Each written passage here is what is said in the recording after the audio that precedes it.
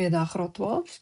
So ons gaan vandag bietjie kyk na die 2025 vraestel 1 wat deur die IAB leerders geskryf was verlede jaar. So kom ons kop af met die algebra. So die eerste ding wat jy wil oplet hier is dat die vergelyking gelyk is aan 0. Dit beteken die vergelyking is reeds gefaktoriseer.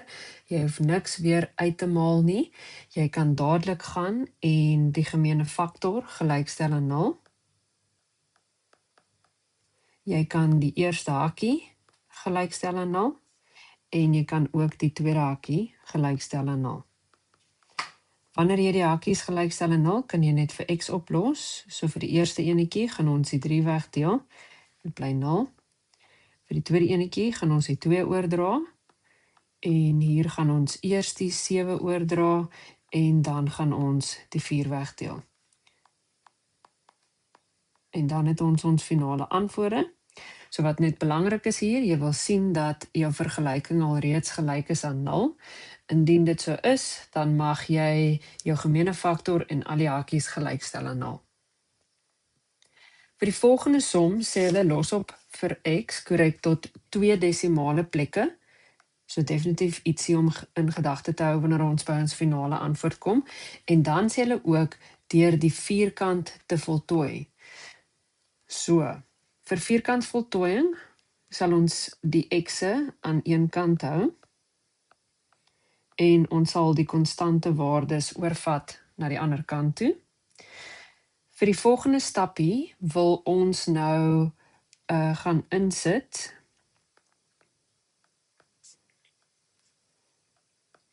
een half maal die koëffisiënt van x, so dit wat voor x staan. En ons wil dit ook aan die ander kant van die is gelykkanteken gaan bytel. So presies dieselfde ding.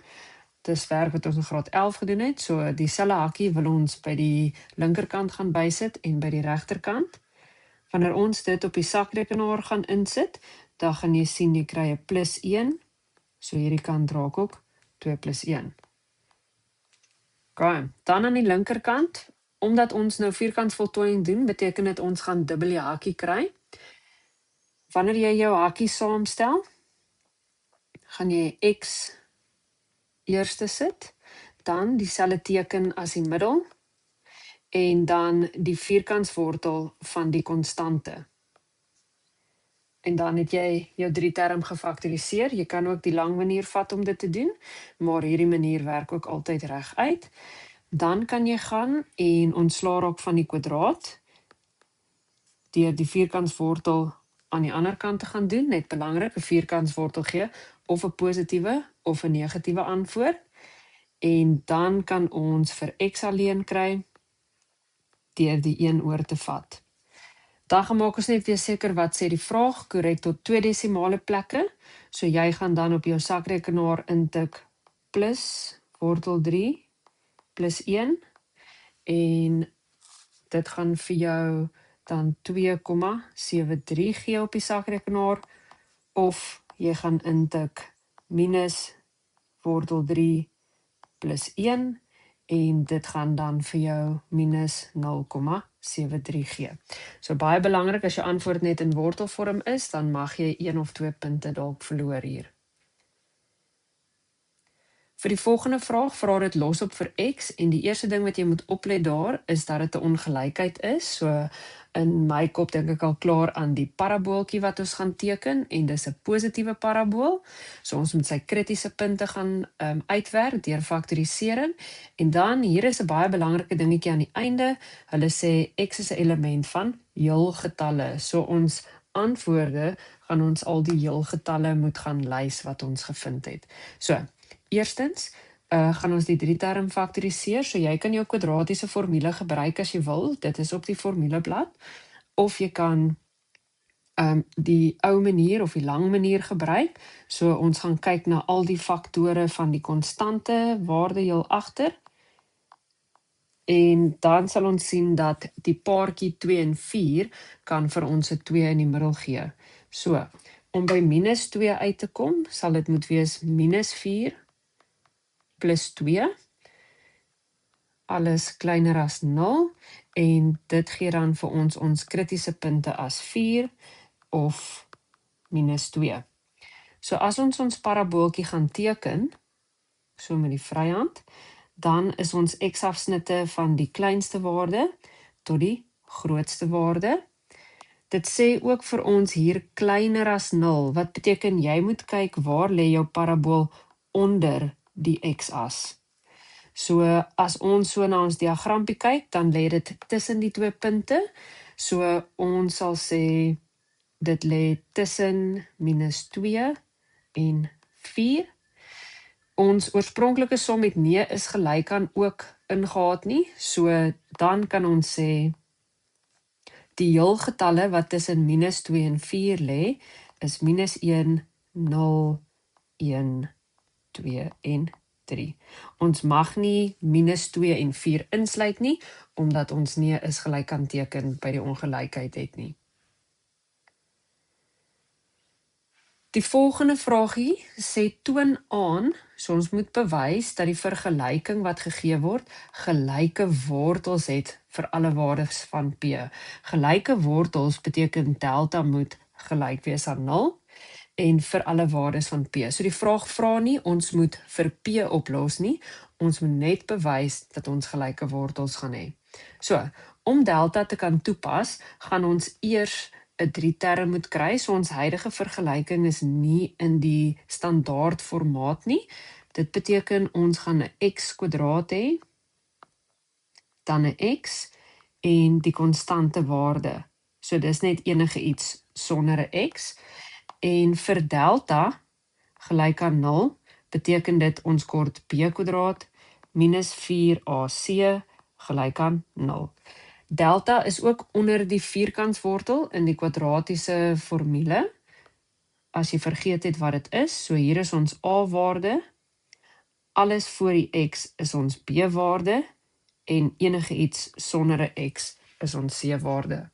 So, nou gaan doen ons die vervanging. Vervanging moet in hakies gebeur om die regte tekens te kry.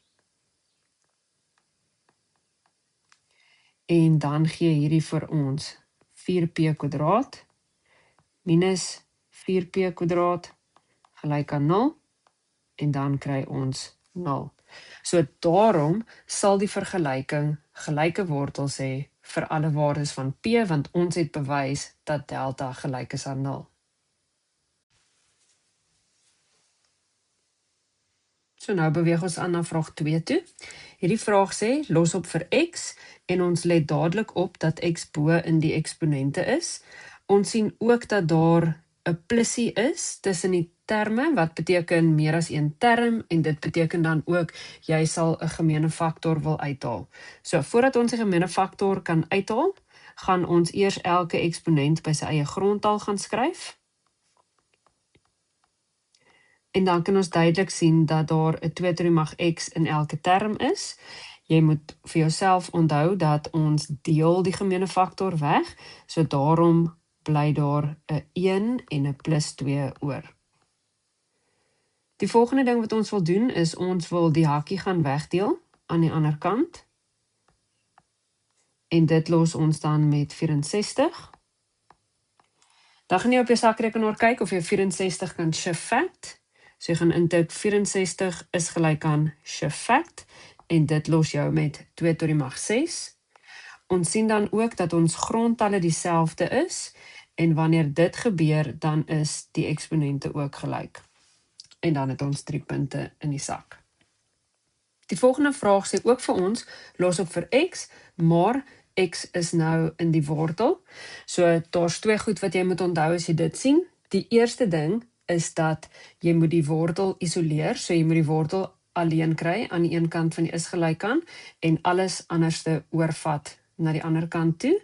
En wanneer jy jou finale antwoorde gekry het, moet jy die waardes gaan toets om te kyk of die vergelyking waar is. So, die wortel is reeds positief aan die linkerkant, ons gaan hom hier hou. En as ons dit oordra, dan raak dit min x min 1. Die volgende stap is dan om die wortel weg te kry, en dit doen ons deur albei kante te kwadreer. Aan die linkerkant bly ons altyd oor net met dit wat onder die wortel is, en aan die regterkant beteken dit dubbel die hakkie. Jy mag nie die kwadraat of tot die mag 2 inmaal in die hakkie nie, omdat daar meer as een term binne die hakkie is. So ek begin gewoonlik eers deur die hakkies uit te maal, so dit los my met x kwadraat plus x plus x plus 1, en dit sel klaar vir my 3 term, so ek gaan die x oorbring, en ek gaan ook die 5 oorbring, en dit los my met 0 aan die ander kant. Hierdie 3 term gaan ek nou eers in standaard formaat kry, so dit los my met plus 3x en 'n minus 4, en dan kan ons weer gaan en ons 3 term oplos. Jy kan weer die kwadratiese formule gebruik, of jy kan met die faktore van die konstante werk, en kyk watter gaan vir jou plus 3 gee. So, dit lyk vir my soos 'n plus 4 en 'n minus 1, so daarom is die antwoorde van x minus 4, of x is gelyk aan 1.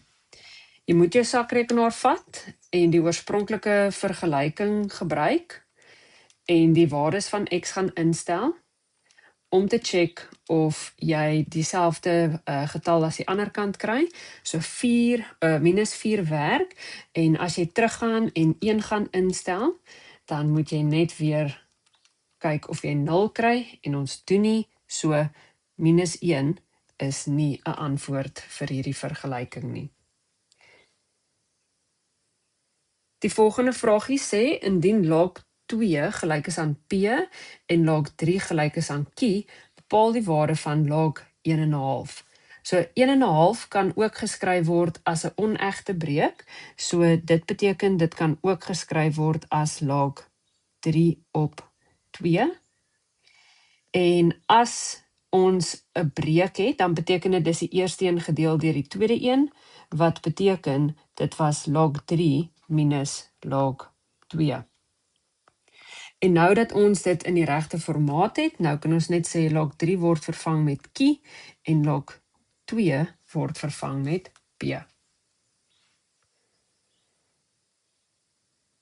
Die volgende logvorm vraagie wat hulle vra, is dat log x plus log z is gelyk aan log y kwadraat, en ons moet aantoon dat x, y en z 'n meetkundige ry vorm. So 'n meetkundige ry beteken ons het 'n konstante verhouding, wat beteken iets is gemaal of gedeel en daar's eksponente betrokke. So, die eerste ding wat ons kan doen is hierdie vergelyking 'n bietjie vereenvoudig. So as ons gaan en sê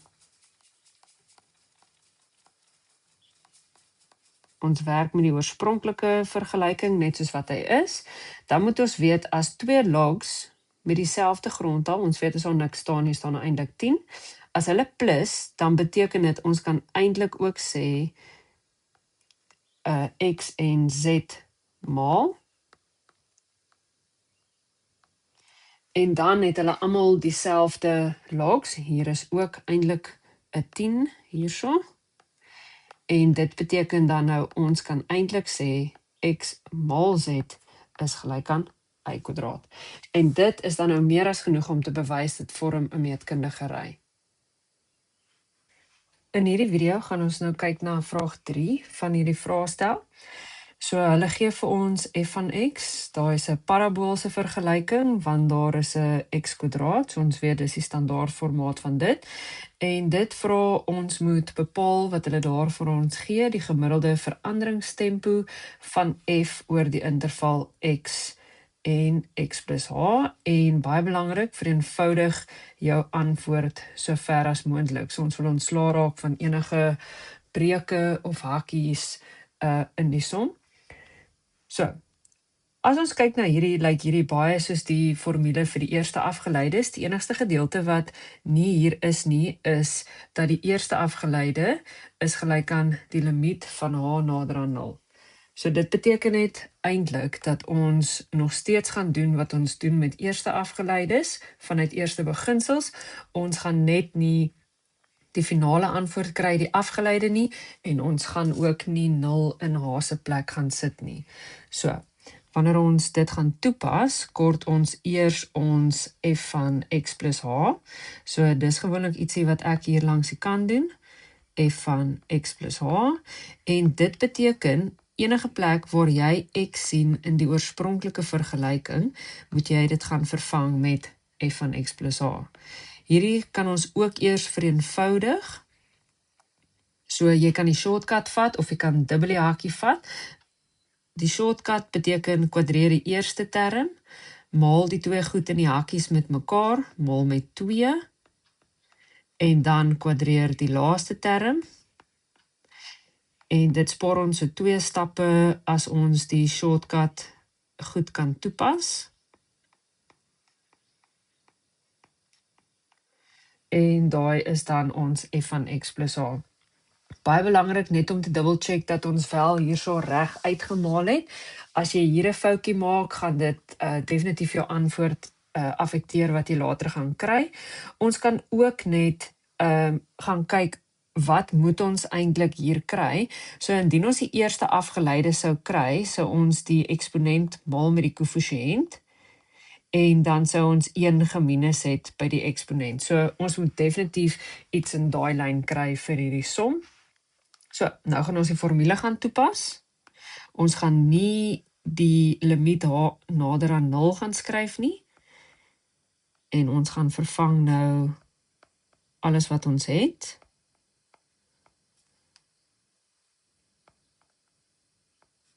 En dan minus ons die oorspronklike grafiek, baie belangrik, ons minus dit in hakies.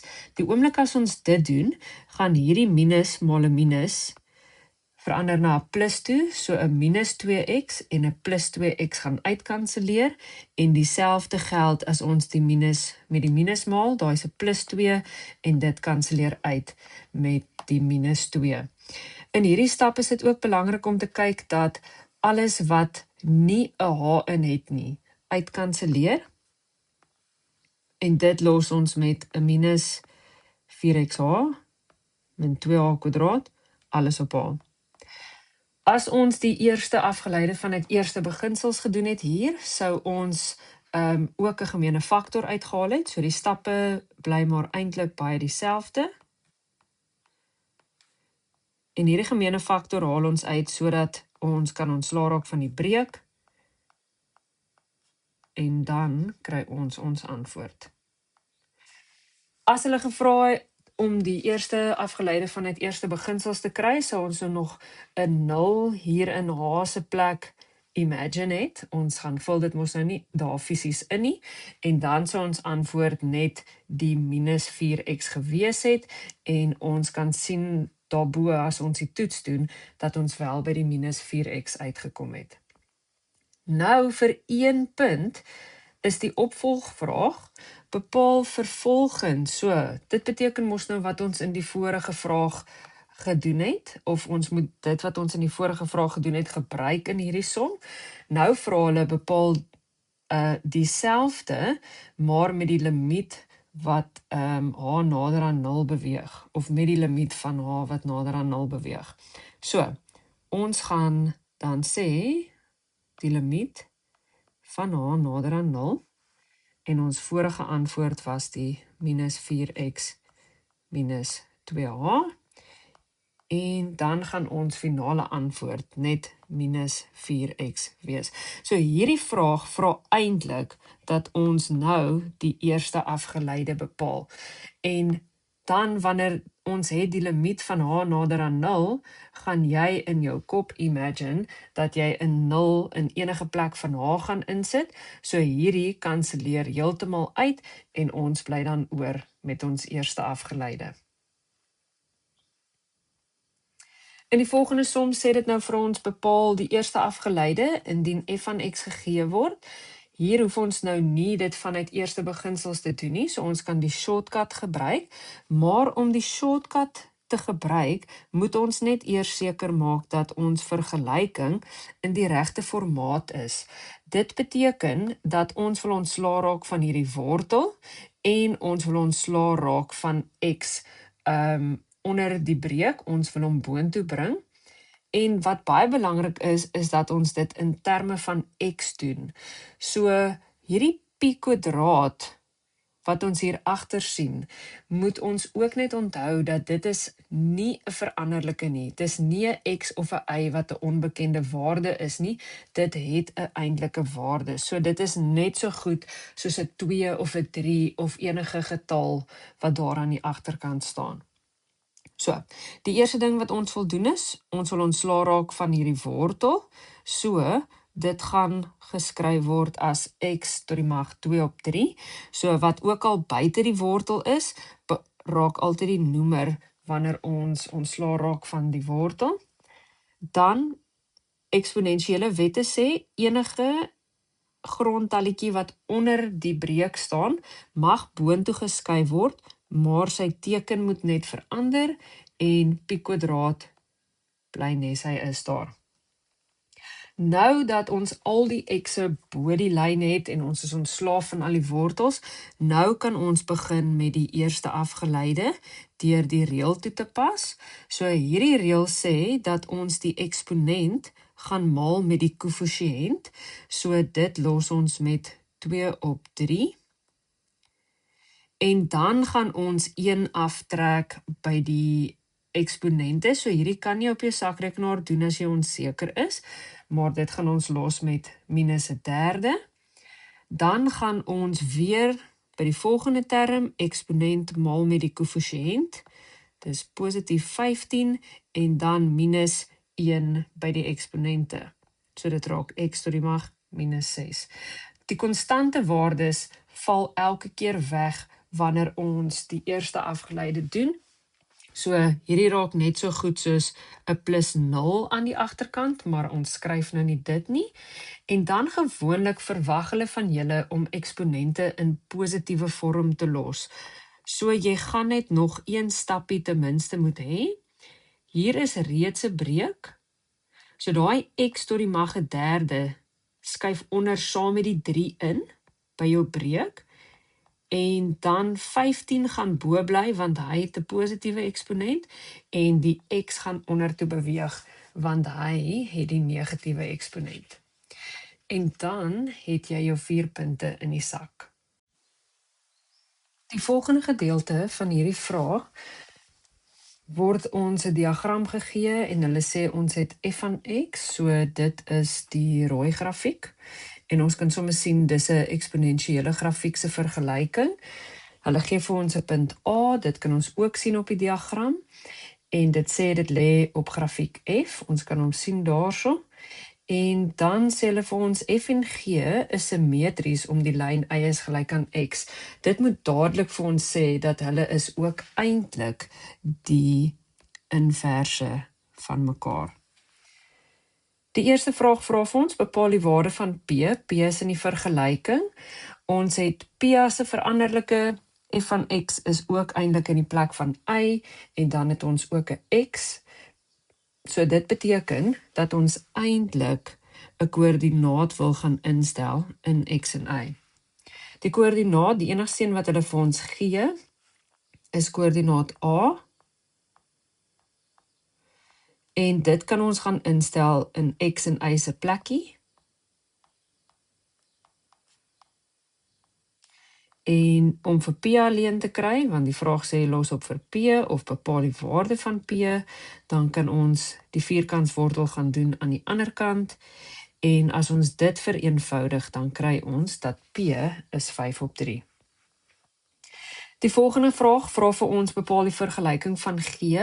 Hulle sê nie hier spesifiek dat dit die inverse is nie, maar die feit dat hulle vir ons gesê het dat dit is simmetries oor die lyn y is gelyk aan x, beteken wel dit is die inverse. So, huidiglik weet ons die vergelyking van f is 5 op 3 tot die mag x. Vir die inverse beteken dit dat x en y moet omruil. En dan weet ons ook dat die inverse van 'n eksponensiële grafiek is 'n loggrafiek. So die reël gewoonlik om van 'n eksponensiële vergelyking te gaan na 'n logvergelyking. Die reël sê die eksponent is gelyk aan log van die grondtal en dan die ander getal. En daarom is g van x hierdie log vergelyking. So ons het gesê, dit is die eksponent, is gelyk aan log van die grondtal en dan die ander getal aan die ander kant. Die volgende vra vir ons vir die definisiegebied en die waardegebied. Dit is net so goed soos definisieversameling en die waardeversameling. Hierdie is spesifiek van grafiek F. Ons gaan nou gaan kyk waar hy sit. So, die definisieversameling en die waardeversameling.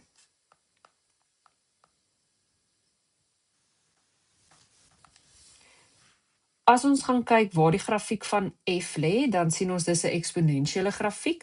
Hy lê hier aan die negatiewe kant van die x-as en hy lê ook aan die positiewe kant van die x-as. En ons weet ook 'n eksponensiële grafiek het nie daar 'n asymptoot vir sy x-waardes nie en daarom kan ons sê x is 'n element van reële getalle. Dan vir sy waardeversameling, as ons nou gaan kyk na die vergelyking, dan sal die vergelyking al reeds vir ons sê wat die waardeversameling is, want daar is nie 'n kie-waarde nie. Gewoonlik as daar 'n kie-waarde is, dan is dit die y-asymptoot. In hierdie geval is daar niks, so dis net so goed om te sê y is gelyk aan 0 vir die asymptoot en ons kan baie duidelik sien dat die grafiek lê bo y is gelyk aan 0. Dis belangrik om te onthou dat die vergelyking y is gelyk aan 0 is ook die vergelyking van die x-as. Dit lê bo die x-as en daarom kan ons sê dat y is groter as sy asymptoot. Die volgende vraagie sê, H word gevorm indien F 2 eenhede na regs geskuif word. En ons gebruik die grafiek van F, skryf die vergelyking van H van x neer, so ons weet F is op die oomblik 5 op 3x. Dan is dit gewoonlik 'n bietjie makliker as ons kyk na die x-as. So die x-as raak kleiner aan hierdie kant en groter na daai kant toe. Hierdie is die linkerkant en daai is die regterkant. So as dit 2 eenhede na regs skuif, is dit 2 eenhede waarmee dit na die groter kant van die x-as skuif en daarom gaan ons hier by x minus 2 gaan skryf. So die verskywing op die as is gewoonlik die teenoorgestelde teken in die vergelyking vir die x-bewegings van die grafiek. En dan die laaste enetjie, wat is die vergelyking van die asymptoot van H? Daar is steeds geen kie-waarde by H nie, so kie is eintlik gelyk aan 0, so die y-asymptoot gaan ook gelyk wees aan 0. Goeiedag graad 12, welkom terug by die volgende vraag uit hierdie vraestel. So, vraag 4 vra vir ons om A te bepaal in terme van Sn, N en D. Hierdie is net so goed as om te sê, kry vir A alleen. So, in ons vergelyking gaan identifiseer ons waar A is. Hy is vasgevang daar binne die hakkie. So die eerste ding wat ons wil doen is, ons wil ontslaa raak van alles wat voor die hakkie is. So, jy het 2 opsies hier. Jy kan of die linkerkant gaan maal met die resiprook van daai breek, so dit beteken 2 op n, of as jy dit stap vir stap wil doen, kan jy sê, eerste sien ek 'n gedeel deur 2, dit beteken dan ek gaan maal met 2 aan die ander kant. Die res van hierdie goed bly dieselfde. Die volgende ding wat ons sien is maal met n, so dit wil ons gaan deel aan die ander kant. En die oomblik wat ons dit doen, kan die groot stel hakkies wegval. Dan hou ons 'n oogie op dit wat ons alleen wil kry, A. Hier is nou 2 terme aan die regterkant, so ons kan die losterm wat nie A insluit nie, kan ons oorbring, so dit gaan aftrek. En dan word ons gelos met 'n 2a aan die ander kant. So, Ek gaan daai 2 voor die A moet gaan wegdeel, want dit maal tans met A, so om hom weg te kry, gaan ek hom wegdeel, maar ek sal graag eers net hierdie een term wil maak aan die linkerkant. So dit beteken ek gaan 2 terms 1 maak. So ek gaan hieronder 'n n bysit, en ons weet wat ons onder bysit, moet ons bo ook bysit. Ons maal dit tegnies by, want hierdie het eintlik gestaan op 1, so as ons hier maal met n en hier maal met n, dan los dit vir ons met 'n n onder en 'n n bo. So dit kan nou tegnies geskryf word as 1 breek, en dit is net bietjie makliker om dan daarmee te werk. So ons kan dit net herhaal.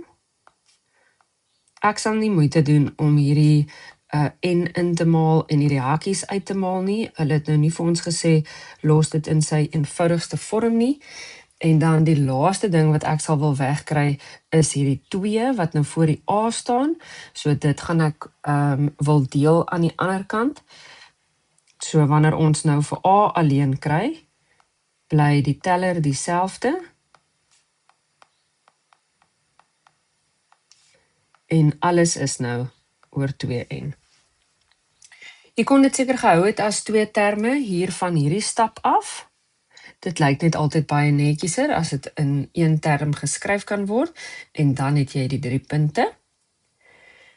Vir die volgende vraag sê hulle, in 'n rekeningkundige reeks is S10 gelyk aan 500 en die gemeene verskil, so dit sê ons ook, dit is ons D-waarde, gelyk aan 100 op 9, en dan vra hulle vir ons, bepaal die eerste term. So dit is 'n opvolgvraagie van die vorige vraag. A verteenwoordig die eerste term, so ons kan hierdie vergelyking wat ons sopas aan mekaar gesit het, gebruik om vir A op te los. Indien jy nie hierdie vraag kon doen nie, kon jy teruggaan na die oorspronklike vergelyking hierbo, en jy kon dit gebruik om ook vir A op te los. So, ons vergelyking sê, A is gelyk aan 2 maal Sn. In hierdie geval is die som van die eerste 10 terme gelyk aan 500, so dit beteken ons hoeveelheid terme is 10, en dan D, ons konstante, is 100 op 9. So, dit sê 2 maal die Sn-waarde, die Sn-waarde is 500, dan minus n is 10 in hierdie geval, en dan n min 1, so dis 10 min 1, en dit moet maal met die konstante verskil, alles op 2n, so in ons geval alles op 2 maal 10. Hierdie kan jy dan op jou sakrekenaar gaan invoeg, en dan gaan jy sien dat die eerste term is gelyk aan 0. Ons kyk na vraag 5 van hierdie vraestel.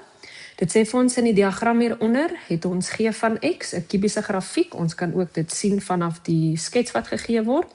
A en C is die draaipunte. Die ander woord vir dit is ook stasionêre punte. Jy moet ook dadelik dink, hoe word stasionêre punte bepaal? En dit is om die eerste afgeleide gelyk te stel aan 0. Dan sê hulle ook A en D is die x-afsnitte en B is die y-afsnit. Die eerste vraagie vra dan nou vir ons om die koördinate te bepaal van B en C. Ons het sopas gelees dat B die y-afsnit is. So in die vergelyking van 'n kubiese grafiek is die y-afsnit die konstante waarde. Daarom kan ons dadelik net sê B is 0 en minus 2. Ek sal ook aandui dat ek gesien het dit is die y-afsnit.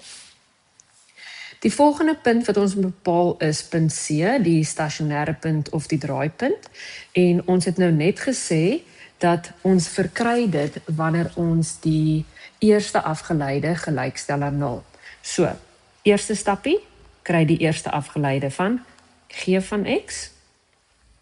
As ons gaan kyk, dan gaan dit wees 3x². En vir die tweede term gaan daar net 'n minus 3 oorbly en daai konstante minus 2 val net weg. Dan Ons wil sien dat die eerste afgeleide gelykgestel word aan 0. En van hier af kan ons net gewoonweg vir x oplos.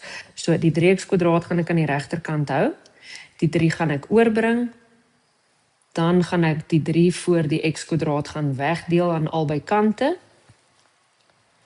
En dan om die kwadraat weg te kry, gaan ek die vierkantswortel doen. En die vierkantswortel van 1 los my met 'n plus en 'n minus 1. As ons teruggaan na die skets, dan kan ons duidelik sien dat A lê aan die negatiewe kant van die x-afsnit of van die x-as en dan C lê by 1, die positiewe x-waarde of die positiewe kant van die x-as. Ons soek die volledige koördinaat, so om die y-waarde te kry van hierdie koördinaat van C, gaan ons nou 1 in die oorspronklike grafiek of vergelyking gaan insit. So dit was minus 3x en minus 2. Jy kan nou hierdie op jou sakrekenaar gaan insit en dan behoort jy by minus 4 uit te kom en dis is die koördinaat van C 1 en minus 4. Die volgende vraagie vir hierdie vraag 5 sê vir ons bepaal die x-koördinaat of koördinate van die punt of punte waar hierdie vergelyking 'n raaklyn aan gee is.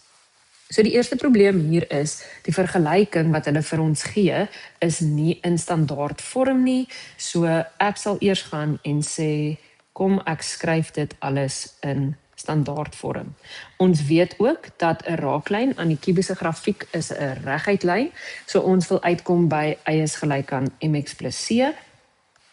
Daarom gaan ons die 2 wegdeel, en dan los dit vir ons met 9x plus 'n half k. Jy kan dit so skryf, of jy kan dit hou k op 2. Dit maak nie saak nie. Die volgende ding wat ons weet van 'n raaklyn, is dat die gradiënt word bepaal deur gebruik te maak van die eerste afgeleide. Ons het al reeds die eerste afgeleide gekry in die vorige vraag, en die eerste afgeleide was 3x kwadraat minus 3.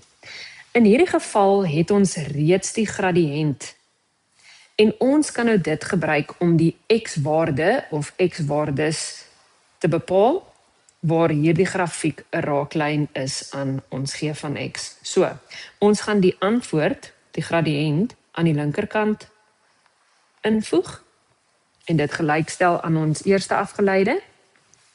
Ons gaan dan bietjie vereenvoudig en net vir x oplos. So die 3 kom oor en dit plus. Dan gaan ons die 3 voor die x gaan wegdeel. En dan gaan ons weer die vierkantswortel van 4 doen, en dit los ons dan met 'n plus of 'n minus 2. En dis so eenvoudig soos dit. Welkom terug graad 12. In hierdie video gaan ons kyk na vraag 6 van hierdie vraestel. Dit sê vir ons baie duidelik aan die begin, gee die korrekte antwoorde afgerond tot 2 desimale plekke. Indien hulle dit nie in die vraestel aandui nie, moet jy steeds jou finansiële vrae tot 2 desimale plekke afrond, indien hulle anderste vir jou sê in die vraag.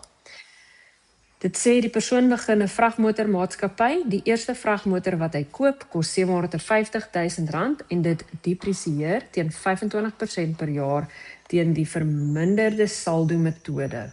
Depresieer is ook 'n ander woord vir waardevermindering. Dan sê hulle ook vir ons vanweë inflasie appresieer, dit beteken dit groei in waarde, die prys van 'n nuwe vragmotor egter teen 'n koers van 10% per jaar. Redelike mondvol. So, kom ons fokus op die eerste vraag. Bereken die gedepresieerde waarde van die vragmotor na 4 jaar. Hierdie formule sal jy vind op jou formuleblad, en dit is tot die mag n. Ons gebruik tot die mag n vir die verminderde saldo metode, so dit is jou aanduiding om hierdie formule te gebruik.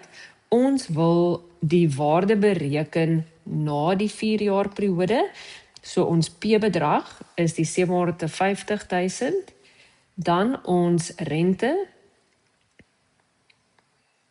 of die koers waarteen dit verminder is 25%. Ek skryf dit gewoonlik as 25 op 100 en dan die tydperk, die jare en is 4. As ons hierdie op ons sakrekenaar intik, dan kom ons by 'n bedrag uit van 237.304,687 afgerond na 2 desimale plekke, 0,69. Die volgende gedeelte van hierdie vraag vra, bereken die waarde van die vragmotor, 'n nuwe vragmotor, na of oor 4 jaar.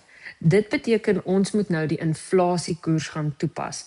Inflasie werk op saamgestelde rente se formule. Hierdie is ook op die formuleblad en hy lyk so, baie dieselfde as die waardevermindering, maar omdat dit groei in waarde, is daar 'n plusie in die middel. Die P-bedrag is waarmee ons begin. Dit is die waarde van die voertuig nou. Ons wil bereken wat dit gaan wees oor 'n 4 jaar periode. Die koers van inflasie is 10% en die tydperk is ook 4 jaar. As ons hierdie op die sakrekenaar gaan invoeg, dan gaan ons uitkom by hierdie bedrag. Daar is geen desimale nie, so ons kan hom net so gaan neerskryf. Hierdie gedeelte van die vraag sê hulle nou dat die persoon beplan om die oorspronklike vragmotor oor 4 jaar te vervang deur dit as 'n inruiling te gebruik en die oorblywende bedrag in kontant te betaal. Om vir die nodige kontantbedrag te spaar, so ons spaar vir die toekoms, wat beteken dit is die toekomstige waardeformule wat ons hier wil gebruik, doen hy gelyke maandelikse betalings in 'n delgingsfonds wat rente teen 8,5% per jaar maandeliks saamgestel verdien. Hy doen die eerste betaling aan die einde van die eerste maand, so dit sê hy besluit nou, hy wil dit doen, maar hy betaal eers sy eerste betaling aan die einde van die eerste maand en sy laaste betaling aan die einde van die 4 jaar, wat beteken 4 maal 12 gee vir ons die 48ste betaling. Dan vra hulle bereken die waarde van elke maandelikse paaiement. So hierdie elke maandelikse paaiement is definitief die X-bedragie in ons toekomstige waardeformule. So vir die toekomstige waardeformule kort ons 'n paar goedjies. Eerste, hou ek daarvan om die I-bedragie te gaan bereken. So as hulle vir my sê dit is 8,5%, dan sit ek dit vir my op 100 en ek gaan skryf vir my dit in desimale waarde uit. Wees maar versigtig vir die desimale plekke. Ek druk dit as 'n breek op my sakrekenaar. Ek druk is gelyk aan en die SD knoppie om seker te wees van die desimale plekke. Dan vir die hoeveelheid betalings en is dit die laaste betaling minus die eerste betaling plus 1. So dit beteken en in ons formule die hoeveelheid betalings wat ons gaan maak is 48 oor die tydperk. Dan kort ons ook die kontantprys wat hy wil spaar. So dit sê hier dat hy wil die ou voertuig inruil op die nuwe een. So die kontant wat hy gaan nodig hê is die verskil van die vorige 2 vrae wat ons gedoen het. Ons het gesê 'n nuwe voertuig met inflasie gaan hierdie bedrag wees. Die waarde van sy ou voertuig gaan hierdie bedrag wees na die waardevermindering of nadat dit gedepresieer het. So dit beteken hy moet altesaam, as ons dit op die sakrekenaar gaan intik, hierdie bedrag spaar afgerond tot 2 desimale plekke. So, wanneer ons nou kyk na ons formule, dan weet ons die bedrag wat ons wil spaar, kom hier aan die linkerkant. En dan gaan ons toekomstige waardeformule hier hê. So jy kan op die formuleblad kyk. So dit is ons rente op die hoeveelheid kere wat dit saamgestel is en tot die mag van die hoeveelheid betalings, alles op ons rentebreuk. So, om X alleen te kry hier is eintlik baie maklik. Die eerste ding wat ek vir myself sê is, ek gaan die noemer gaan wegmaal. So ons kan die noemer hierdie kant toe gaan maal. En dan sou hierdie boonste breuk oorgebly het langs X. Dit sou gemaal het met X, so ons kan dit nou gaan wegdeel. Enige nuwe sakrekenaar sal hierdie tipe som net so kan hanteer en hoe gouer ons leer om dit te doen, hoe beter. En ons hoef nie klomp tussenin stappies neer te skryf nie. Die bedrag op jou sakrekenaar, as jy dit afrond na 2 desimale plekke toe, gaan dan wees R15.119.40 wat hy elke maand in hierdie delgingsfonds sal moet sit. Die laaste gedeelte van hierdie som, vraagie nommer B, is nou apart van die vorige vraag wat ons gedoen het. Dit sê vir ons 'n bedrag wat teen X% per jaar maandeliks saamgestel belê word, verdubbel binne 10 jaar. Bepaal die waarde van X. Die eerste ding wat ons daar moet raaklees is dat die A-waarde 2 keer die P-waarde gaan wees. Ons kon X gebruik het, maar hulle het nou vir X in die persentasie gesit. So as X 'n persentasie is, beteken dit is op 100 en ons kan dit dan ook eers gaan skryf as 0,X. Dan weet ons ook, dit word maandeliks saamgestel, so ons het 'n 12 hierso wat ons in gedagte moet hou. En die saamgestelde renteformule kan jy ook vind op jou formuleblad. So, nou gaan vervang ons alles wat ons het. Ons het die 2P, P, ons het ons rentekoers blokkie, dis 0,X, alles op 12, omdat ons goedjies maandeliks saamgestel word.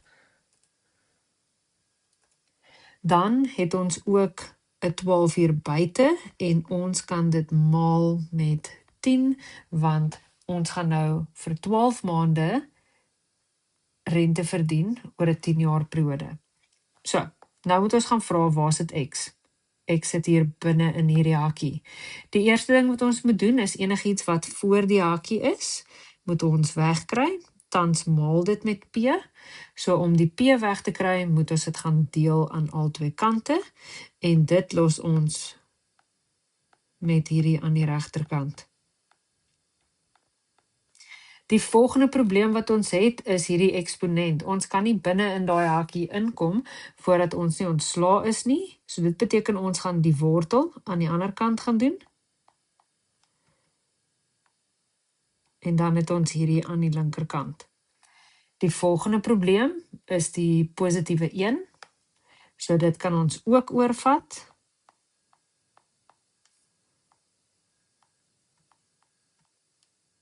Hy gaan minus. Die volgende probleem is die 12. So ons kan albei kante gaan maal met 12. En dan kan ons uiteindelik ook ons antwoord gaan maal met 100 om die rentekoers te kry. So ons sal hierso maal met 12 en dan weer met 100 om ons laat raak van die desimale plek.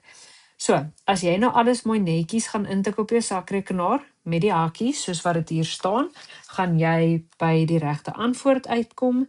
Jy gaan net mooi moet gaan afrond en dan kry jy 6,95%. Welkom terug graad 12's. In hierdie video gaan ons kyk na vraag 7 van hierdie vraestel. Dit sê vir ons die eerste 4 terme van 'n kwadratiese getalpatroon word gegee. Indien die 4de term 'n waarde van 58 het, bepaal die waardes van X en Y. So, as ons gaan kyk, dan is hierdie term 1, term 2, term 3, term 4, en hulle het vir ons gesê term 4 het ook 'n waarde van 58. Dit vra dan vir ons bepaal die waardes van X en Y. die oomblik as hulle vra dat ons moet twee veranderlikes oplos, beteken dit gelyktydige oplos van vergelykings en iewers uit hierdie inligting behoort ons twee vergelykings aan mekaar te kan sit. Die eerste vergelyking is daarom nie te moeilik nie. Hulle gee vir ons hier die inligting. Die vierde term is gelyk aan 58. Dit beteken ons moet 'n tweede vergelyking vind. Wat ons wel weet van kwadratiese patrone of getalpatrone is dat die tweede verskil gelyk moet wees tussen die terme. So, kom ons probeer die tweede verskil bepaal. Ons het ons terme.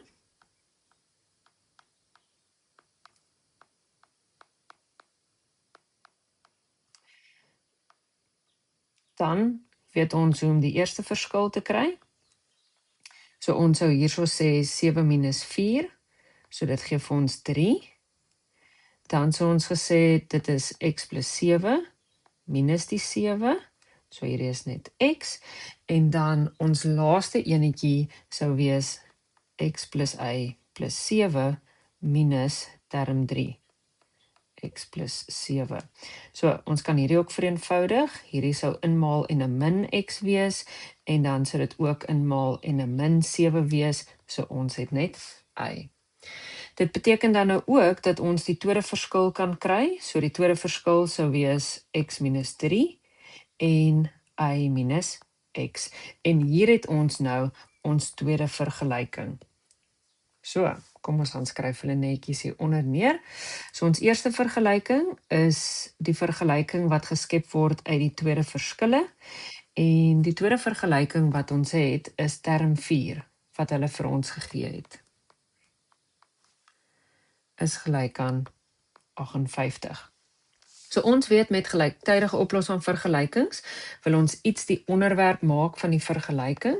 So die eerste ding wat ek sal probeer is om vir y alleen te kry hierso in my eerste vergelyking. So dit sal dan raak 2x minus 3. Hierdie is die eerste vergelyking wat ek gaan gebruik en hierdie is die tweede enetjie. So wat ek nou kan doen is, ek kan hierdie waarde van y in die ander vergelyking in y se plekkie gaan instel. Ek gaan stel dit gewoonlik in hakkies. Of dit nou 'n plus of 'n minus by het, dit maak nie vir my saakie. Dis net om in die gewoonte in te kom om altyd te vervang in hakkies. Dit los ons met 'n 3x plus 4. Die 4 kan dan oorgaan.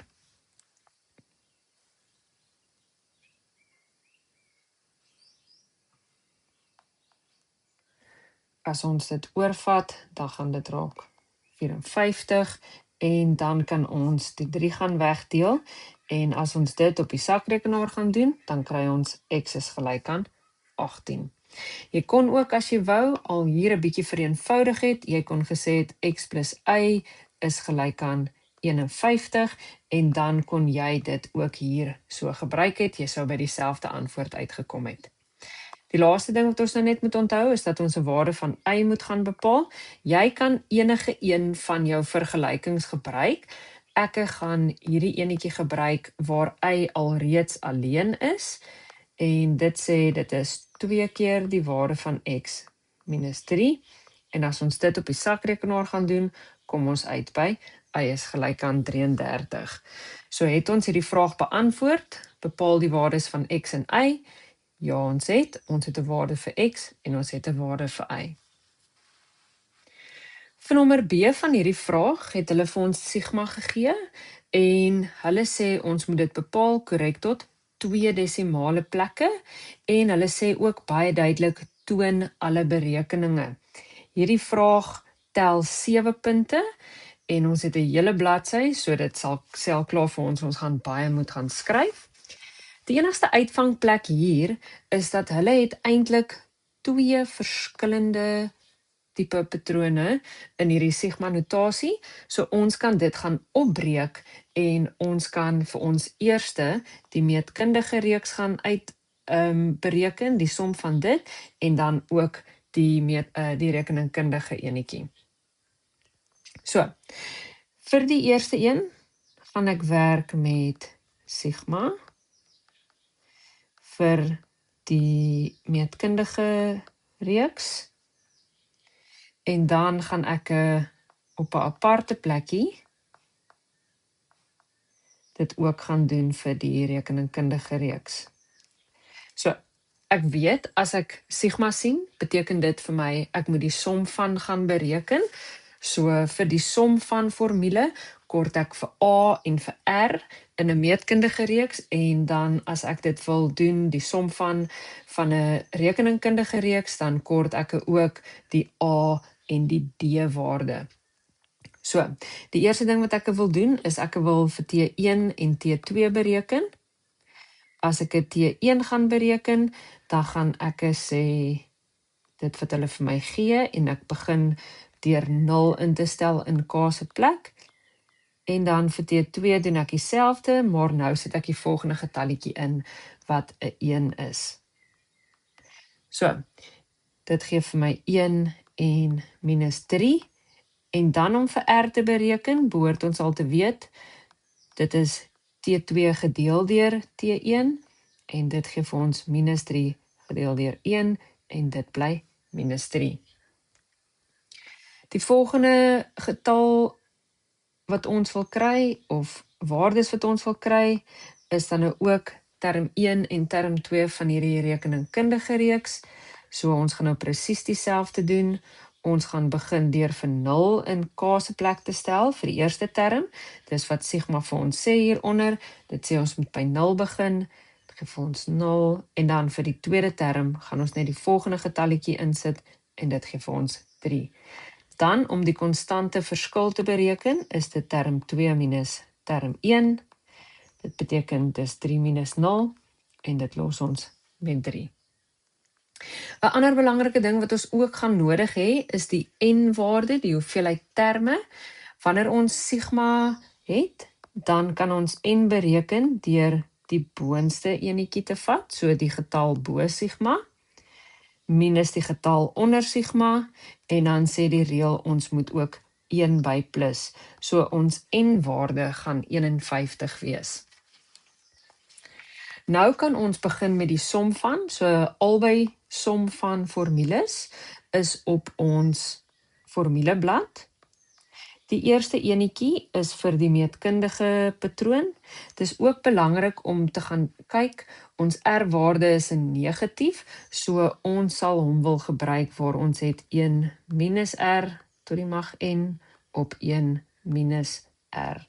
Dit gaan net verhoed dat ons met negatiefes werk. Dan vir die rekeningkundige reeks, hierdie formule is ook op ons formuleblad. Jy kan net dubbel seker maak dat jy hom reg afskryf. En nou gaan ons gaan vervang. So, vir die meetkundige reeks, gaan ons al ons waardetjies vervang.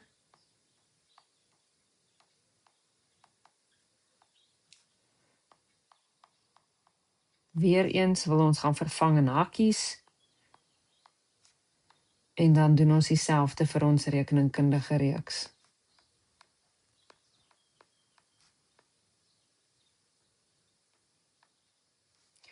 Ek sou vir veiligheidsonthulwe elkeen van hierdie in my sakrekenaar apart gaan sit het. So ek sou eers hierdie in my sakrekenaar gaan sit, en dan daai in my sakrekenaar gaan sit. Die rekeningkundige reeks is die makliker enetjie. Ons sou sy waarde in ons sakrekenaar kon sit, baie maklik. As jy hier nog 'n klein bietjie wou vereenvoudig, dan kon jy dit gedoen het. So, onder het ons 4, en hierdie raak dan plus 3 tot die mag 51. So, die probleem nou hier verder, is dat wanneer jy hierdie gedeelte in jou sakrekenaar gaan intik, gaan jy 'n baie snaakse antwoord kry, en ek dink dit was maar 'n foutjie dalk hier gewees op die vraestel. Die antwoord in hierdie scenario sou ek nou net so gelos het, want dit sou baie moeilik gewees het om jou vraag te kon afrond, of jou antwoord te kon afrond na 2 desimale plekke. Welkom terug Graad 12. In hierdie video gaan ons vandag kyk na vraag 8 van hierdie vraestel. Hulle gee vir ons die vergelyking van f van x en verder word dit gegee dat f 'n konvergerende reeks is en dadelik moet ons dink aan die som tot onteinde.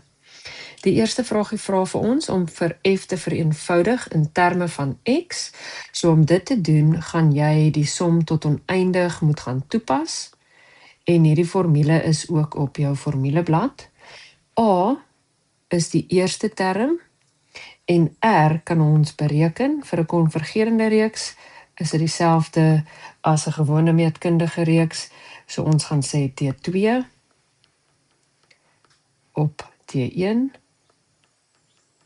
En dan is dit een term en ons weet wat ons onder en bo dieselfde van sien, kan ons gaan uitkanselleer en dit los ons met R wat x plus 1 is. So, nou gaan vervang ons alles. Bo het ons vir A en onder in hakies gaan vervang ons die waarde van R en ons kan nou net vereenvoudig, so bo bly dieselfde, onder kan ons die hakie gaan uitmaal en dan kan die 1 en die minus 1 uitkanselleer en dit los ons met ons finale antwoord vir die vraag.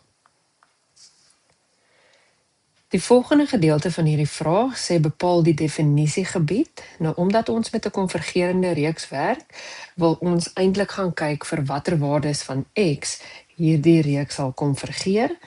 En hierdie is ook eintlik op jou formuleblad om te kyk vir watter waardes 'n funksie of 'n reeks konvergeer, moet ons vir R tussen minus 1 en 1 gaan sit.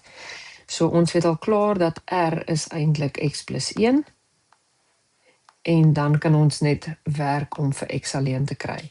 So hier is 'n plus 1, as ons hom oorvat, gaan ons minus 1 aan albei kante. En hierdie kan ons dan gaan vereenvoudig, so die definisiegebied lê dan eintlik tussen minus 2 en 0. En dan vir die laaste vraagie, vra hulle bepaal die eerste afgeleide, dit is wat daai tekentjie beteken, en dan gewoonlik in die hakkie is daar x, maar wanneer ons die eerste afgeleide gekry het, moet ons ook nog minus 'n half in die plek van x gaan sit. So, eerste moet ons seker maak dat ons vergelyking, ons het hom mos nou al reeds vereenvoudig, in die regte vorm geskryf word om die eerste afgeleide te kan bepaal. So, ons het nog nie die eerste afgeleide gedoen nie. Ons gaan nou eers elke term op sy eie noemer sit en dan vereenvoudig. So, dit raak dan nou minus 1 en dan minus x tot die mag minus 1. Die x tot die mag minus 1 is hierdie xie wat boontoe beweeg en ons weet van ons eksponensiële wette, as grondtalle na bo of onder skuif van 'n breek, dan moet die teken van die eksponent verander. So, nou is ons vergelyking in die regte formaat om die eerste afgeleide te doen en ons notasie verander dan nou. Ons kan nie die eerste afgeleide van 'n konstante doen nie, dit val net weg. En dan as ons die reël wil gaan toepas, gaan die eksponent maal met die koëffisiënt. So dit raak 'n positiewe waarde en dan moet ons nog minus 1 by die eksponente. So dit los ons met x tot die mag minus 2. Hierdie is nie ons finale antwoord nie. Ons finale antwoord vra dat ons dan nou nog 'n minus 'n half gaan instel in die plek van x. So ons gaan minus 'n half gaan instel en dit op die sakrekenaar insit en dan is ons antwoord 4. Welkom terug Graad 12. In hierdie video gaan ons kyk na vraag 9 van hierdie vraestel. Hulle sê vir ons in die diagram hieronder word f van x gegee. F van x kan ons klaar sien is die vergelyking van die parabool en dan het ons h van x die vergelyking van die hiperbool. Hulle is ook mooi vir ons aangedui op die skets. Dan sê dit die vergelykings van die asse van simmetrie van H is y is gelyk aan min x plus 2, dit is die negatiewe lyn, so min x plus 2, en dan het ons ook die positiewe lyn, y is gelyk aan x plus 6. Die eerste ding wat jy dadelik ook moet dink is die punt waar hierdie simmetrieasse sny, is ook die plek waar die asymptote sou sny van die hiperbool. So dis baie belangrik. D is die draaipunt van F, die parabool, en lê op beide simmetrieasse, so hierdie is alles een punt by D. Hulle sê ook C is die snypunt van H en sy simmetrieas, so dit is daar. A en B is x-afsnitte van die twee simmetrieasse. En dan die grafiek van F gaan deur die oorsprong. So ek sal dadelik vir my daar gaan sê die oorsprong is 0 en 0. Goed, kom ons kyk na die eerste vraag. Die eerste vraag sê bepaal die definisiegebied van H. H is die hiperbool en ons moet dadelik weet x is 'n element van reële getalle. X is net nie gelyk aan sy asymptoot nie. Gewoonlik kan ons of sien wat die asymptoot is op die skets of ons kan dit uit die vergelyking kry. As ons hierdie moes gelykstel aan 0 en vir x alleen kry, sou ons die asymptoot gekry het, maar ons het nou nie hierdie inligting nie. Wat ons wel het, is dat die twee simmetrieasse gelyk is by hierdie punt. So as ons hulle gelyk gaan stel aan mekaar, dan behoort ons die x-waarde te kry van waar hulle mekaar sny. So ek gaan nou sommer albei x'e oordra na die regterkant toe, en dan die 6 oordra na die linkerkant toe, gee vir my minus 4, en dan kan ons albei kante deel met 'n 2, en dan gee dit vir ons x is gelyk aan minus 2. So, x is 'n element van reële getalle, x is net nie gelyk aan minus 2 nie. En as ons nou gaan en ons wil gaan kyk waar hierdie asymptoot sou lê, definitief aan die negatiewe kant van die x-as, en ek sou vir my dit daar gaan insit het as minus 2. Die volgende gedeelte van hierdie vraag sê, bepaal die waardes van A, M en K. So as ons gaan kyk na ons inligting, dan is A, M en K alles veranderlikes in die paraboolse vergelyking. So, hulle het vir ons gesê dat D is die draaipunt van F, en dit lê ook op beide simmetrieasse, so die eerste gedeelte van die draaipunt se koördinaat is minus 2. Ons weet ook dit is 'n punt op albei asse van simmetrie, en daarom kan ons dit gaan instel in enige een van die twee vergelykings. So ek gaan die x-waardetjie sommer nou in die eerste vergelyking instel, en dan kry ek 4, so dit beteken dan nou koördinaat D, die draaipunt is min 2 en 4. Dit sê ook vir ons die waardes van K in die vergelyking. K gaan 4 wees, en dit sê ook vir ons die waarde van M. So M gaan dan minus 2 wees. Die laaste enetjie wat ons gaan bepaal is A.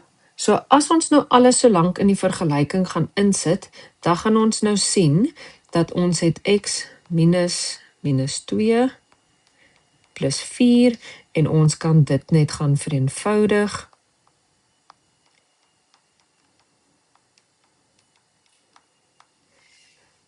As ons nou gaan kyk waar A sit, dan sien ons y, a en x is nou die enigste veranderlikes. Dit gee ook vir ons die idee dat as ons 'n waardetjie in x en y kan stel, sal ons vir a kan oplos. So, as ons 'n waarde vir x en y soek, dan beteken dit eintlik maar ons soek 'n koördinaat, en as ons gaan kyk na ons parabool, het ons net een ander koördinaat, en dit is 0 en 0. So, nou gaan ons 0 en 0 gaan instel in die plek van x en y. Ek gaan die 4 oorbring, en as ek daai hakie gaan vereenvoudig, dan gaan ek uitkom by 4a, en dan om vir a alleen te kry, gaan ek net die 4 wegdeel, en a is dan gelyk aan -1.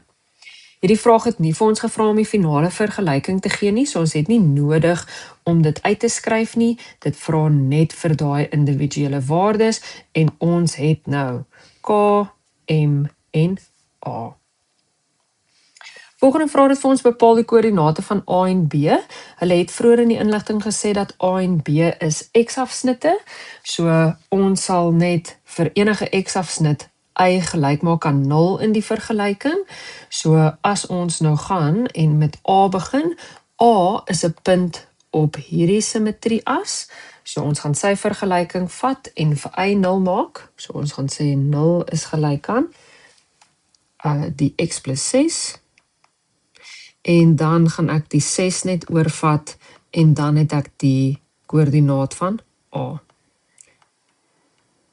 Dan gaan ek dieselfde doen vir B, maar B is nou 'n punt op hierdie vergelyking van die simmetrieas.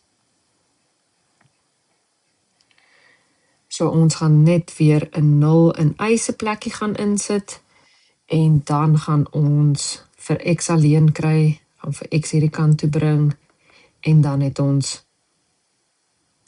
B. En dis dit, maklike 3 punte.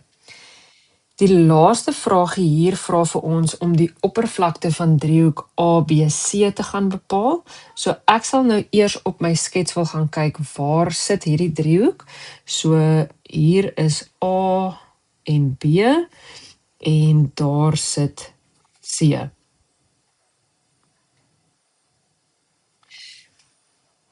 So, wat ons klaar weet is dat A is -6 en 0, en ons weet ook nou dat B is 2 en 0.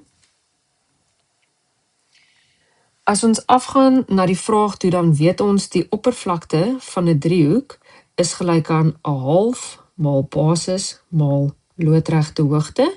In hierdie geval het ons reeds die basis is AB, en ons sal die loodregte hoogte moet gaan bereken. So die eerste ding wat ons kan doen is AB se lengte gaan bepaal. AB is 'n horisontale lyn, so dit sal wees x van die linkerkantste x van die regterkantste 1 minus x van die linkerkantste koördinaat, en dit gee dan vir ons 2 minus -6, en dit gee vir ons 8 eenhede. So, ons weet al klaar, 1/2 maal 8. Nou kort ons nog net die loodregte hoogte. So, kom ons gaan terug na die skets toe. Vir die loodregte hoogte kort ons eintlik hierdie, en dit beteken ook ons kort eintlik C se y-waarde. Die oomblik as ons C se y-waarde kry, sal ons weet wat die loodregte hoogte is. So, kom ons gaan probeer dit uitfigure. C het hulle vroeër vir ons gesê is 'n snypunt van H, en van die simmetrieas van H, ons kan sien dis weer die positiewe simmetrieas. So ons sal hierdie twee vergelykings wil gelykstel aan mekaar om dit te kan oplos. So kom ons begin met dit. Ons hiperbool H se vergelyking is nou x plus 2 plus 4, en die simmetrieas is die positiewe simmetrieas. Ek sal dan die 4 oorvat, dit sal minus aan die ander kant, en dit los my met x plus 2. Hierdie is nou eintlik ook oor 1, so ons kan oor kruismaal. As ons oor kruismaal, dan gaan ons so maal, en ons gaan so maal.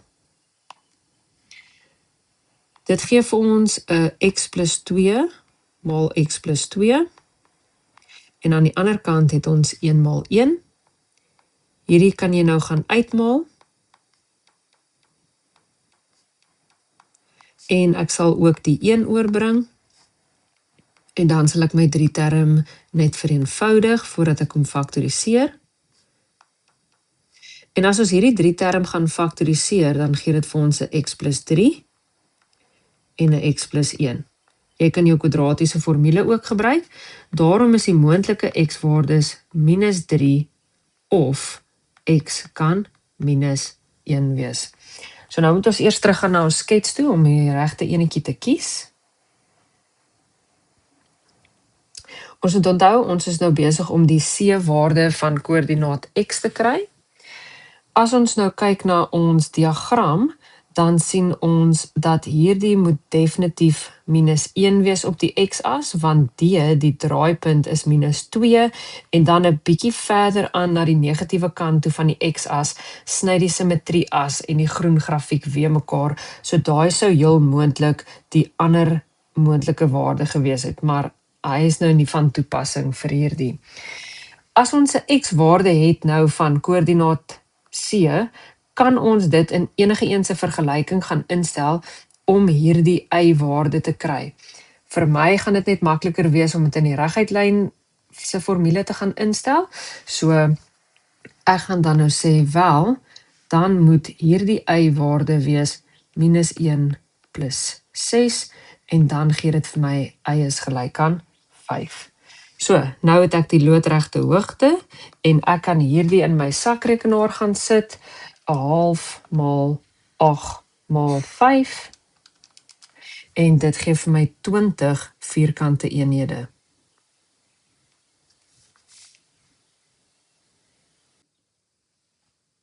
Welkom terug, Rotwaals. In hierdie video gaan ons kyk na vraag 10 van hierdie vraestel.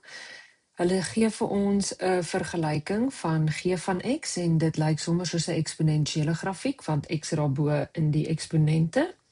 Die eerste vraag vra vir ons om die koördinaat van die x-afsnit van hierdie grafiek te bepaal in terme van g, a en k. Dit gaan beteken dat ons nie vir g van x gaan verander na y toe nie. En as ons vir x wil oplos, moet ons ook onthou dat hy is in die eksponente. So die eerste ding wat ek gaan doen is, ek sal die a tot die mag minus x na die linkerkant toe bring, en dit los my met k minus g van x. Om binne in die eksponente te begin werk, moet ons die grondtalle dieselfde kry, maar dis glad nie moontlik in hierdie geval nie. So dit beteken ons sal logs moet gebruik.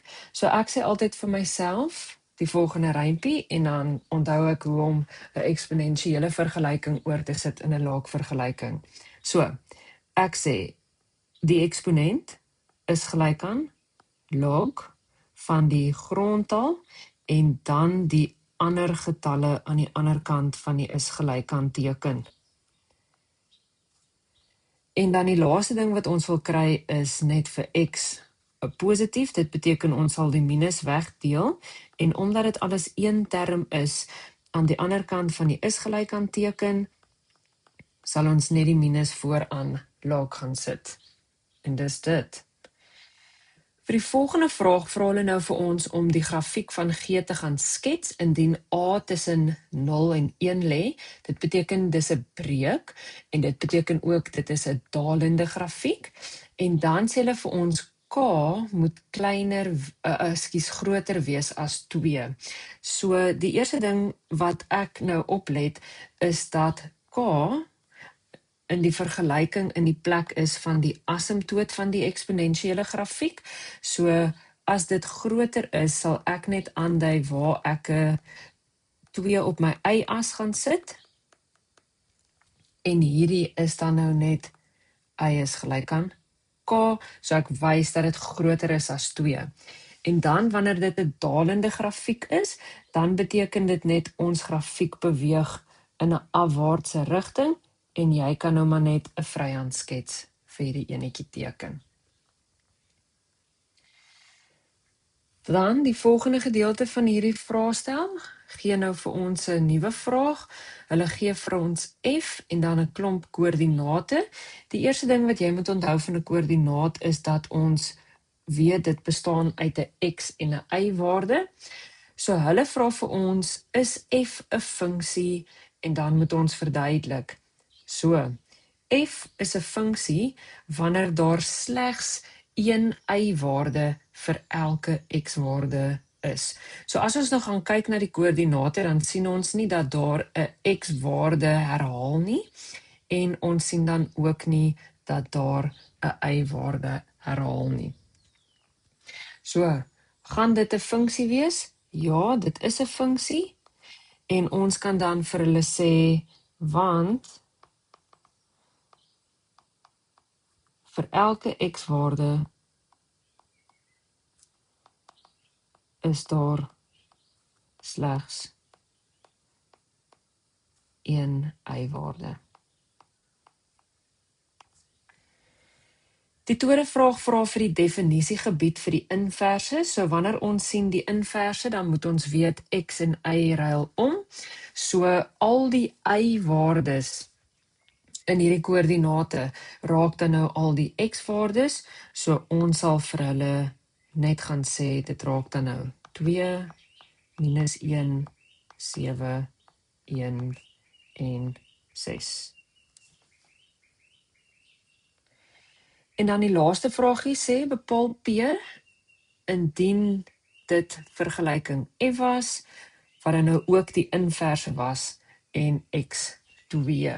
So, die eerste ding wat ek nou sal neerskryf, is vir die inverse, waar x2 is.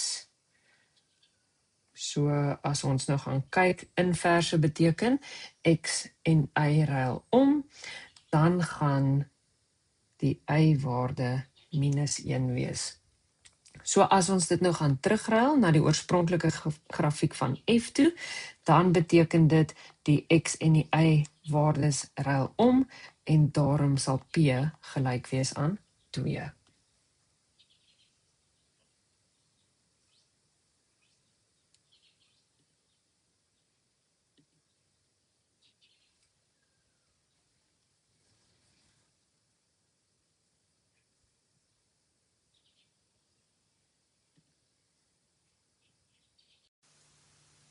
Welkom terug by hierdie video, graad 12's.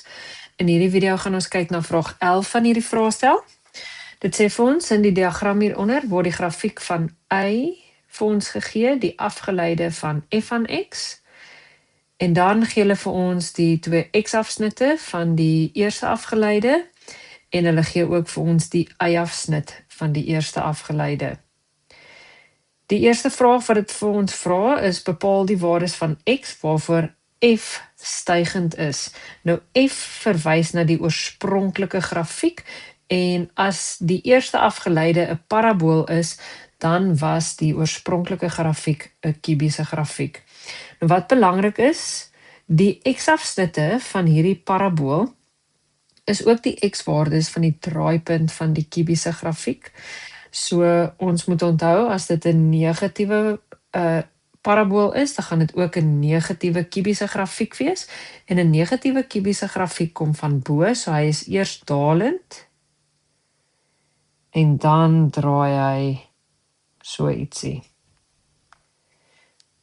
So, wat ons moet weet is, die x-afsnit is ook die draaipunt, en die ander x-afsnit is ook die draaipunt van die kubiese grafiek. So hulle wil weet vir watter waardes van x is dit stygend. Ons moet onthou dat wanneer ons enige grafiek teken, begin ons altyd van die linkerkant af teken. So as ons hier aan die linkerkant begin, dan teken ons afwaarts, wat beteken dit is dalend. By die draaipunt sal dit altyd draai. So as ons van die draaipunt af teken, na die volgende draaipunt toe, teken ons opwaarts, en dit is stygend. So, dit is die antwoord wat ons soek. So tussen die twee draaipunte is die oorspronklike grafiek stygend. So hierdie is -0,5 en kleiner as 5. Dit sal nooit is gelyk aan ook wees nie, so jy sal nooit daai streepies op wys dat dit ingesluit is nie, want by 'n draaipunt is die grafiek nie stygend of dalend nie, hy staan stil. Dit is ook hoekom dit die stasionêre punt genoem word. Vir die volgende vraagie vra dit vir ons, bepaal die waardes van x waarvoor die tweede afgeleide gelyk is aan 0. Nou die probleem hier vir ons is, ons het geen vergelyking of van die oorspronklike grafiek nie, ook nie van die eerste afgeleide nie. En alhoewel jy die vergelyking van die eerste afgeleide sou kon bepaal, is daar 'n makliker manier om hierdie waarde te vind. So, die tweede afgeleide is nou weer die draaipunt van hierdie is die draaipunt van die parabool. So wat ons sal wil doen is, ons sal die draaipunt van die parabool wil vind en dan sal dit ook wees waar die tweede afgeleide gelyk is aan 0. So as ons die twee x-afsnitte het van hierdie grafiek, dan kan ons gaan en ons kan sê dat die draaipunt is die eerste x-afsnit plus die tweede x-afsnit, alles op 2. En dan kan ons hierdie waardes net gaan vervang, alles op 2, en ons kan dit op die sakrekenaar druk, en dit gaan vir ons 9 op 4 gee, of as jy in desimale plekke dit wou sit, dan gaan dit vir jou 2,25 gee. So hierdie is 'n lekker manier om die tweede afgeleide te vind, of die draaipunt van 'n parabool, as ons in gewone funksies werk. So dis basies die gemiddeld of halfpad tussen die twee x-afsnitte. Die volgende vraag vra vir ons, bepaal die vergelyking van die raaklyn aan die kromme f by die punt 0 en 9. So, een belangrike ding hier is, ons het die x-waarde wat ons sal instel in 'n vergelyking. Die probleem is, ons het nie 'n vergelyking nie, maar as ons dink aan wat f sou wees, dit sou 'n kubiese grafiek gewees het, of 'n kubiese vergelyking, so 'n tot die mag 3 vergelyking. Die eerste afgeleide sou die parabool gewees het. So as ons nou wou, dan kan ons gedink het, sonder enige waardes het ons ax² plus bx plus c, maar in hierdie geval het ons reeds die y-afsnit. En ons weet dat wanneer ons 0 in x se plek gaan instel, sal die eerste twee terme heeltemal wegval, en dit los ons, om net hierdie wys, dis die eerste afgeleide, so dit los ons met 5 op 2. So daarom sal die gradiënt van die raaklyn 5 op 2 wees. Die volgende ding wat ons sal wil doen, ons sal dan hierdie koördinaat in x en y se plekkies wil instel. Hierdie is ook eintlik 'n y-afsnit, so ons kan ook aanneem dat die c-waarde 9 sal wees. So jy kan gaan en jy kan die 9 en die 0 in y en x se plekke gaan insit, en jy sal dan by dieselfde vergelyking uitkom. Die laaste gedeelte vra vir ons, vir watter waarde of waardes van x sal die eerste afgeleide op 2x kleiner of gelyk wees aan 0. So in hierdie geval vra dit vir jou, waar sal dit negatief wees? So die eerste afgeleide in hierdie geval sal ons ook wil kyk na waar die grafiek lê, of ons sal wil kyk na sy gradiënt. En onder die lyn moet jy nie uitgevang word met hierdie 2 nie. Die x wel verteenwoordig die x-as. So ek vra altyd vir myself, wat gee vir my 'n negatief? 'n positief gedeel deur 'n negatief, los my met 'n negatiewe antwoord, of dit kan anderste om wees. So, nou gaan ons terug na ons grafiekie toe.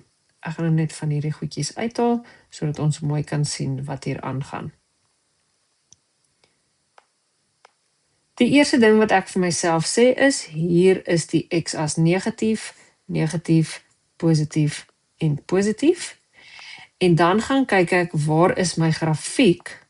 Negatief, positief, positief en hier. Sodra hy deur die x-as gaan, dan verander hy van positief na negatief. So wat ons soek is die gedeeltes waar ons 'n plus en 'n minus het. So as ons nou hier kyk, tussen minus 'n half en 0, is ons grafiek positief, maar die x-as is negatief, so dis definitief een van ons antwoorde. En as ons daar na 5 kyk, na die groter kant van die x-as, sien ons die x-as is positief en ons grafiek is negatief, en dit is dan ons tweede antwoord. So, die eerste antwoord het ons gesê, lê tussen minus 'n half en 0. En die tweede antwoord wat ons het, is x groter as 5. Dan moet ons ook net oplet dat hulle ook hier vra, waar is dit ingesluit? So ons sal definitief minus 'n half kan insluit. Ons sal nie 0 kan insluit nie, en dan sal ons ook kan insluit groter as 5. Welkom terug by die video graad 12. In vandag se video gaan ons kyk na vraag 12 van hierdie vraestel. Dit sê vir ons 'n plaaslike voedselverpakkingsmaatskappy in Suid-Afrika produseer blikkies vir blikkies kos in die vorm van silinders, elk met 'n vaste volume van 150 kubieke sentimeter. Om produksiekoste te verminder, probeer die maatskappy om die totale buiteoppervlak van elke blikkie te minimaliseer. Indien R die radius en H die blikkie se hoogte verteenwoordig, bepaal die radius wat die minimum buiteoppervlak tot gevolg sal hê. So, die eerste ding wat ons nou ook sien hieronder is dat hulle vir ons wel daarom nou 'n paar van die formules gee, en hulle het vir ons alreeds die antwoord van die volume gegee. So ek sal dit net in die vergelyking gaan sit. En dan sien ons hulle het ook die buiteoppervlakte se formule vir ons gegee. So nou is dit maar net belangrik om te besluit hoe om hierdie formules te gebruik. So hulle wil die radius hê. So dit beteken ons gaan een van ons formules in terme van R moet kry. En hulle sê om die minimum buiteoppervlak te bereik. So hierdie S staan nou maar net vir Engels vir surface area, maar die ene wat S is gelyk aan is, dis die buiteoppervlakte formule.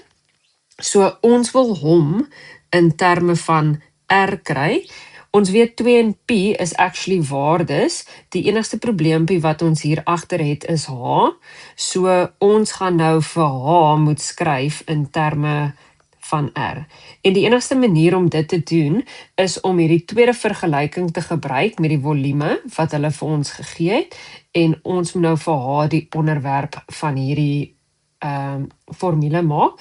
So om vir H alleen te kry, gaan ons wegdeel die PR².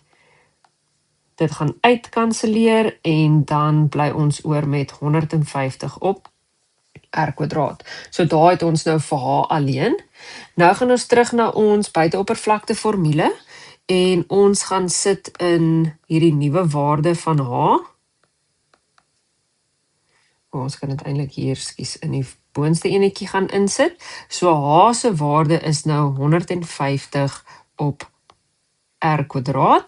En dan kan ons dit net eers 'n bietjie vereenvoudig.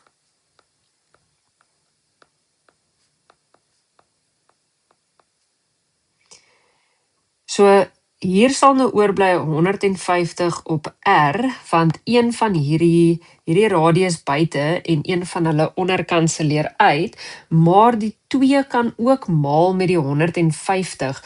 So eintlik wat ons hier kan skryf is dat dit raak nou altesaam 300 pi en alles op R. So ons het hierdie 2 pi gemaal met die 150 vir die bokant en dan het R onder oorgebly.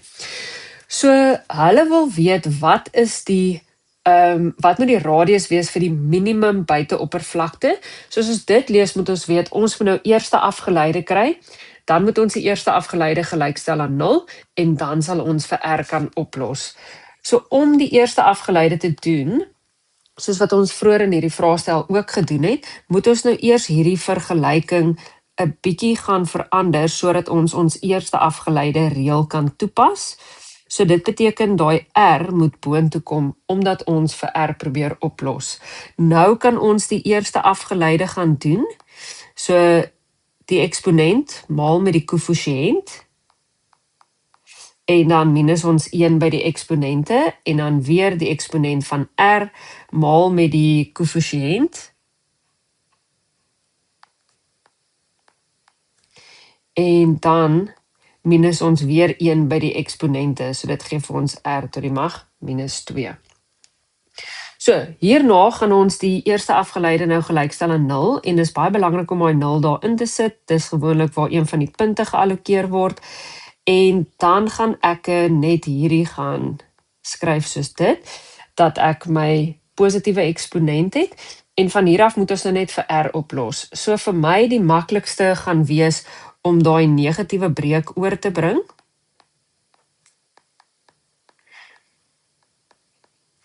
En dan kan ons die noemer gaan wegmaal. So dit raak R tot die derde mag.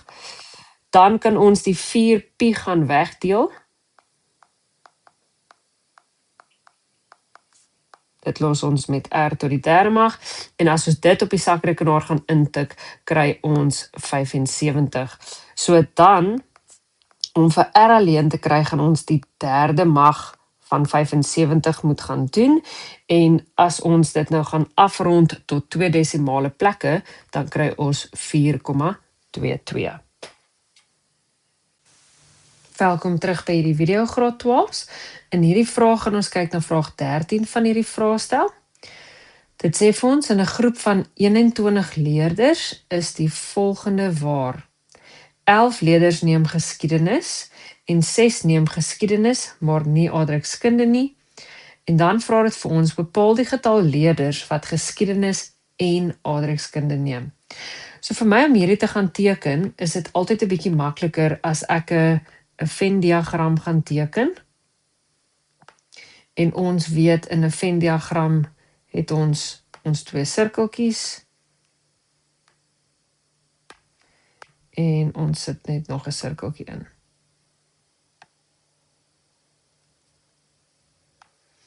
So die eerste deel wat ons buite het is ons steekproefruimte.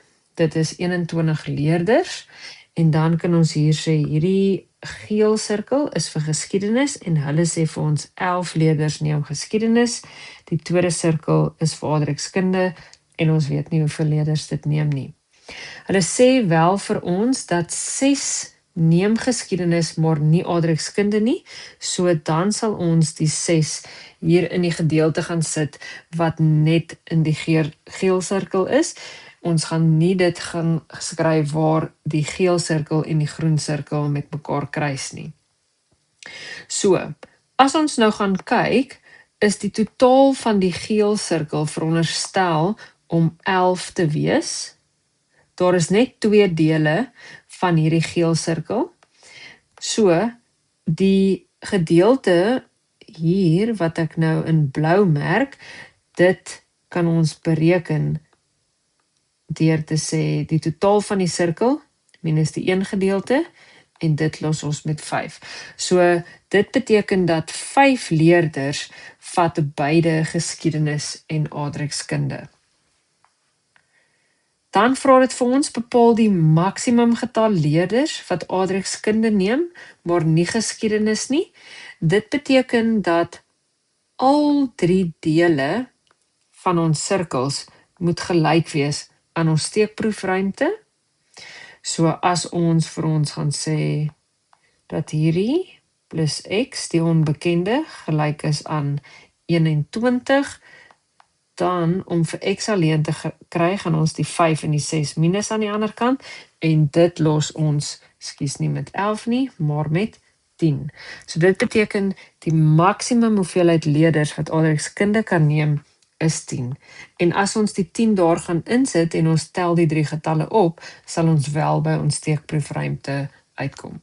Dit is moontlik dat hier van die leerders hier aan die buitekant lê wat nie een van die twee vakke het nie, maar hierdie vraag het spesifiek gevra wat is die maksimum en dan kan ons aanneem dat hier 0 leerders buite is wat nie enige een van die twee vakke neem nie. In die volgende vraag vra hulle nou vir ons, indien 7 leerders aardrykskunde neem, is die gebeurtenisse, neem geskiedenis as 'n vak en neem aardrykskunde as 'n vak onafhanklik of nie. So, om dit te bepaal, gaan ons sê die waarskynlikheid van geskiedenis en aardrykskunde moet gelyk wees aan die waarskynlikheid van geskiedenis maal die waarskynlikheid van aardrykskunde. So, ons weet reeds die deel wat oorkruis in ons Venn-diagram is 5. Daar's 5 leerders wat beide vakke vat. Dan weet ons ook daar is 11 leerders wat geskiedenis vat en in hierdie scenario sê hulle daar is 21 leerders wat aardrykskunde vat. Jy moet gaan kyk in desimale waardes. So ek gaan net afrond na 6 desimale plekke toe. En as ons daai gaan doen op die sakrekenaar aan die regterkant, dan kry ons hierdie waarde. So ons sien dat die linkerkant is definitief nie gelyk aan die regterkant nie en daarom is hierdie gebeurtenisse nie onafhanklik nie.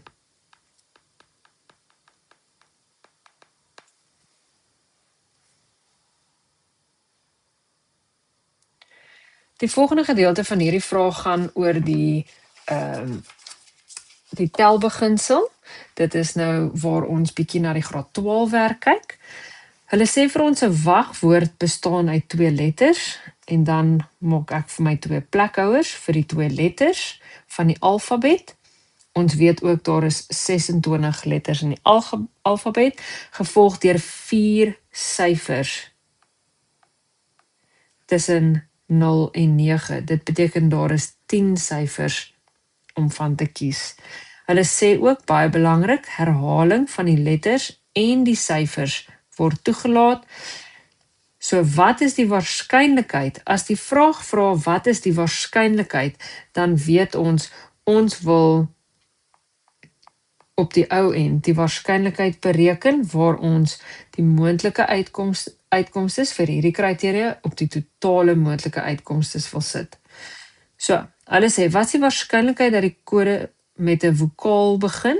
So, ons moet daarom nou al weet, daar is net 5 vokale om mee te begin, en dan met 'n ewe syfer groter as 4 eindig. So, tussen 0 en 9 weet ons dan nou dat 6 is 'n ewe getal, en 8 is ook 'n ewe getal. So, daar is net 2 opsies waarmee dit kan eindig.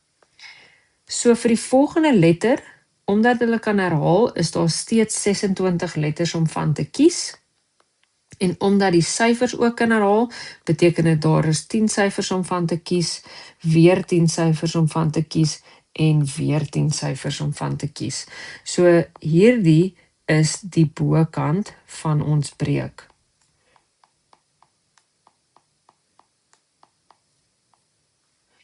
Aan die onderkant sal ons moet dink, wat is al die moontlike uitkomstes indien daar glad nie kriteria was, soos dit begin met 'n vokaal of dit eindig met 'n syfer groter as 4 nie. So, as daar nie hierdie kriteria was nie, dan was daar 26 letters om te kies en weer 26 letters om te kies, en dan was daar vir elke syfer elke keer 10 om van te kies.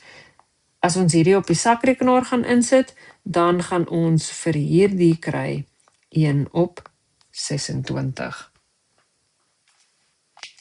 Die laaste vraagie gee dan nou vir ons dat A en B 2 gebeurtenisse is in 'n steekproefruimte S. Hulle sê vir ons die totaal in die steekproefruimte is 10 en die totaal vir gebeurtenis A is 9. Dan sê hulle ook vir ons die komplement van B, so nie B, die waarskynlikheid dat B nie gaan gebeur nie, is 0,2. En dan sê dit Masego beweer dat die waarskynlikheid van A en B minstens 70% is. Stem jy saam met hierdie bewering? So die eerste ding waarin ek dink is ons waarskynlikheid reël. Hierdie is op jou formuleblad, so jy sal dit kan afskryf van jou formuleblad. En dan kan ons gaan kyk of ons waardes kan invul. So, dit is definitief moontlik om die waarskynlikheid van A te bereken. Dit is 9 op die totaal. En in desimale waardes is dit 0,9. Dan, die waarskynlikheid van B kan ons ook bereken. Dit sal wees 1 minus die waarskynlikheid van nie B. En dit los ons met 0,8. Dan probeer ons ook die waarskynlikheid van A en B bereken. So ek gaan die waarskynlikheid van A en B oorbring na die linkerkant toe. So dan moet die waarskynlikheid van A of B gaan aftrek aan die regterkant. Nou moet ons net 'n bietjie dink. Wat weet ons as die waarskynlikheid desimale is? So as dit desimale is, moet die of gedeelte iewers tussen 0 en 1 lê. Dit is die maksimum en die minimum. So as ons die maksimum gaan aftrek, dan los ons dit met 0,7 en 0,7 is net so goed soos 70%.